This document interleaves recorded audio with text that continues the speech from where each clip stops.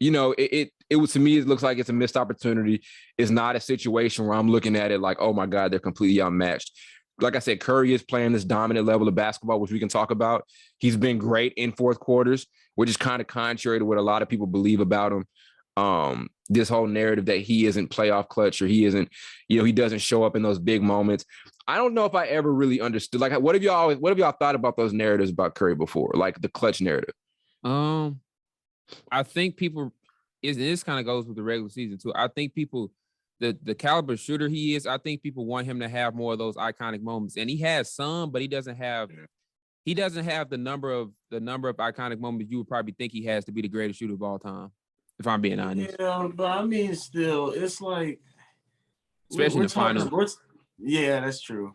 I mean, I think he's benefited. I think the reason why we really haven't saw that a lot, because he's benefited from just having an incredible team around him, as well as like with great teammates. So it's not really Golden State. They're not really.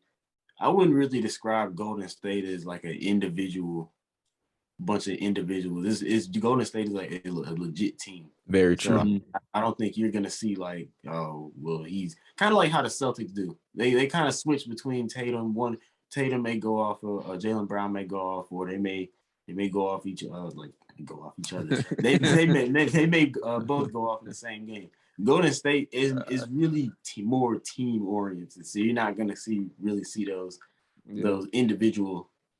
That's kind of true. I will also say KD coming there kind of messed up his flow. Yeah, that did kind of mess it up a little bit in terms of him kind of changing the narrative about him playing. I mean, he doesn't play bad in finals games, but you feel like it's another level he can take it to. Honestly, I do.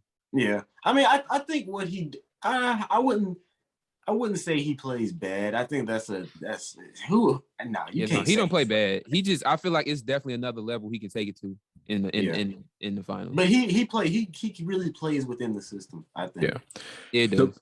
To Blake's point, that's 100% true. Like, Golden State's gonna just go find who's open. That you could do this whole thing where you go put the ball in one guy's hands or whatever. This team is always gonna run a play. They're gonna run a set, and they're gonna try to get the best shot possible. And even with that, Curry has, like, I just read an article, the shooting splits in the fourth quarter in those clutch situations for him over the course of his career in the playoffs. There's not like this drastic drop off or whatever. You look at some of the moments, like I'm just thinking of them. I remember a Blazers series a couple of years ago. I remember a Houston series, after I think KD went down, if I'm not mistaken. There are a couple of those playoff moments. Carl, I do agree. It kind of comes down to the finals with him. He does tend sometimes to become like a lesser version of himself in the finals. But I think the narrative, I think there are just there are a lot of ways I think people try to illegitimize Steph, because before this season, there was this bullshit narrative out that he couldn't lead a team. Right. We let the Kevin Durant thing kind of jade our opinion about him. When you go look at 2015, 2016, those are two teams that went to the finals. 2016 is a team that had the best record of all time, led by him, who averaged 30 points a game. So that whole, so people are always going to try to find those little holes or whatever and come up with these like ridiculous, like harsh criticisms. Curry's one of those guys at this point in his career right now. Like, let's say even if he goes and loses in the finals, which could happen. I mean, I think if they meet Boston, I think they can beat them. If they meet Miami, I think they're gonna have a tougher time. But it's really hard to find a critique on Steph Curry's career. It just really is. Blake, you mentioned it. Plays within the system. You know what I'm saying? Knows how to win along with other guys. Knows how to take over when he's the only dude. We've seen him do that before. We saw him almost carry him to the playoffs last season and be the MVP, and it came down to an impossible LeBron shot, to knock him out. You know what I'm saying? Yeah. I think people try to find these things about him. He's just one of those guys that you just can't really. There aren't a lot of stains on his resume outside of the whole. There's the 3-1 lead thing in 2016.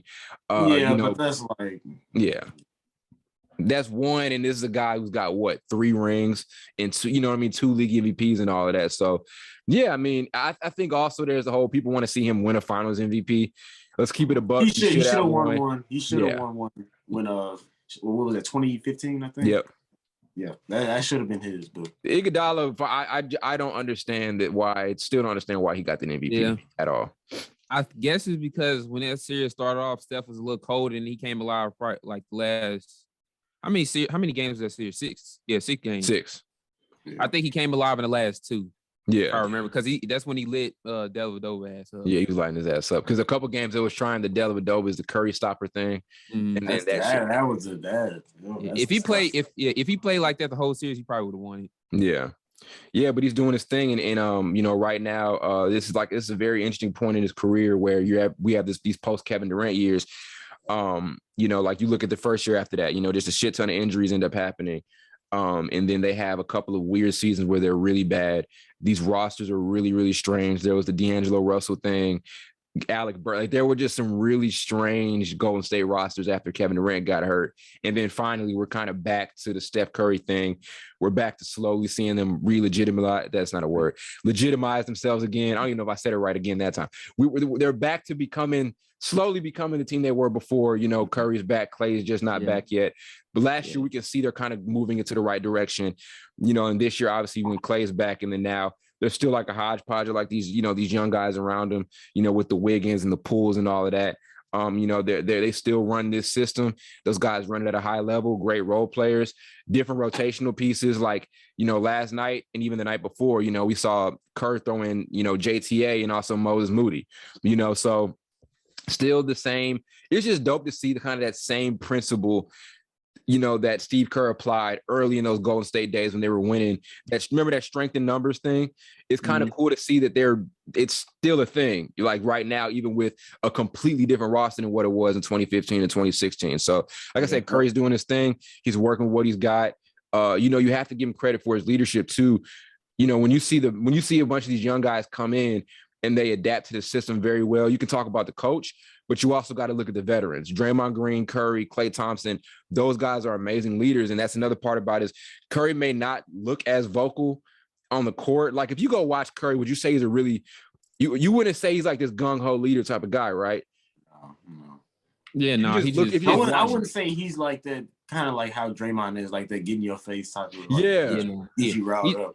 I think he's more so, but I think he leads by his play. Very true. I think that's just as valuable as a Draymond. Facts. And like I said, just look at the results. These young guys have come in and they just know how to run the system. Simple. Yep. You know what I mean? So yeah. The most talking he does is when he be doing all the hot dogging and all the celebrating and all that. You said the hot dog? That would piss me off if I was playing him. But as a fan, it's okay. It's cool. But I'm just saying. But he be hot dogging, dude be hot stepping and doing the Cupid shuffle halfway through the court. And now nobody don't be doing that. Sound like to me you hating, Carl. I might be. I'm starting to have flashbacks of when they used to beat LeBron ass, and I don't like it. But so if they go because they're going to the finals, they go to the finals. I don't care if it's the Heat or the Celtics. I'm rooting against the Warriors. I'm not. You back to that? I'm back to it. You know, I had to return to it. I kind of want to see. I kind of want to see Curry win one because, like I said, I just think there are just so many bullshit narratives about Curry right now.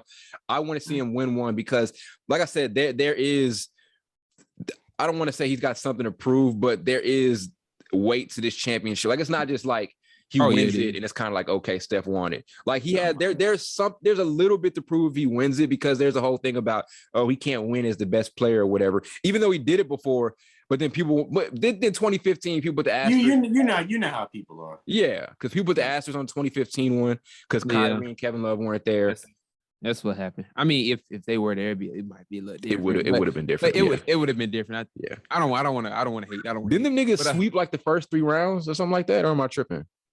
No, not that year. I think next year. Okay. I think you tripping, good buddy. Yeah, because that first year they was playing Memphis. They beat them 4-2, I think, stuff like that. Yeah, but it was that following year afterwards. Yeah, but if I actually didn't Cleveland sweep the first 3? They probably did, knowing them. Okay. Yeah, they would have. I might. State 2015. Yeah, they used to whoop people's ass. No, but I was about to say, I actually think if Steph wins this ring and say he's Finals MVP, I might have to bump him all time ahead of Kevin Durant. I might have to do that. I'm to be honest, bro. I've done that. I did that a while ago. Yeah. Well, not a while ago, but I think. Yeah, no.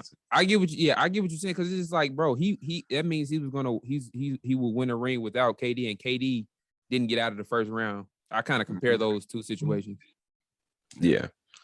I also think, I mean, there's the whole impact. Like, I think Curry's argument is the impact thing. You know what I'm saying? Like, I really, I mean, we can list. I said it like a couple of episodes ago, but I think we were talking about Chris Paul or some shit like that. But like, we literally saw Curry after 2016 just change the scope of the game completely. Yeah. You know what I mean?